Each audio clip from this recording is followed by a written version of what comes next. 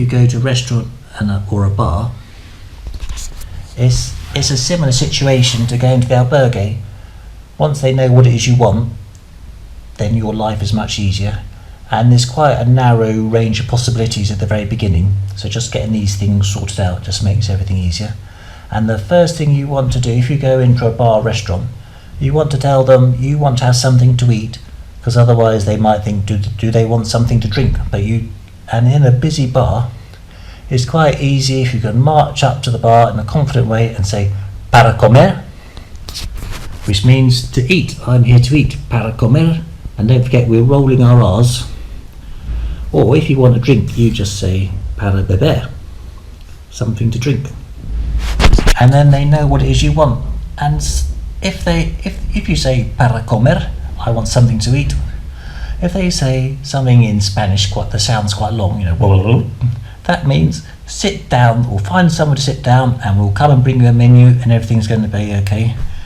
If you say para comer and they say no, that doesn't necessarily mean no. Sometimes it means not just yet.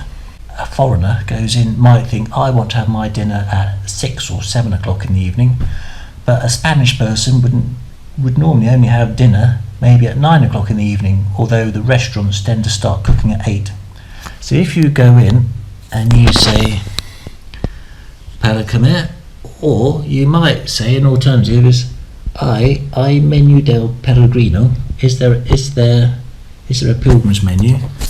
They might say no, but you don't give up then.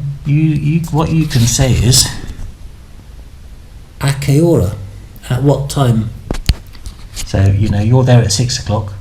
It's quite often, in fact 9 times out of 10, if they say no, if they say no and then you say a qué hora, then they'll say a las 8, at 8 o'clock, a las 7:30, at 7:30.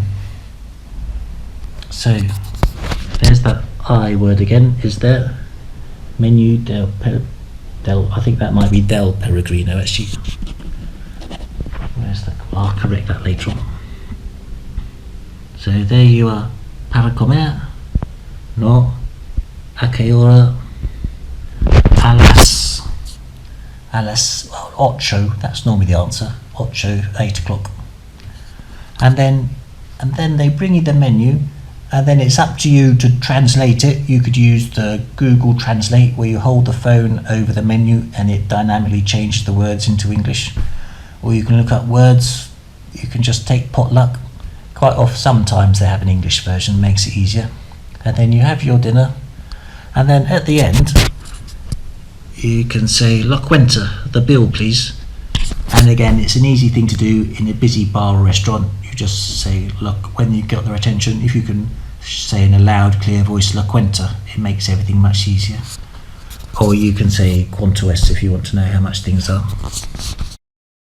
Quite often, if you go into a restaurant, you might know what it is you want already. So for example, I always have a Coca-Cola Zero,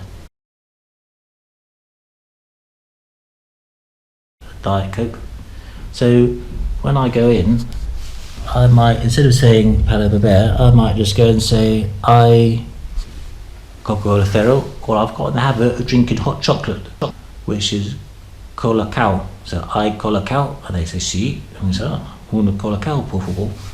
So that I word is there, the I spelt hey, pronounced I. That's very useful.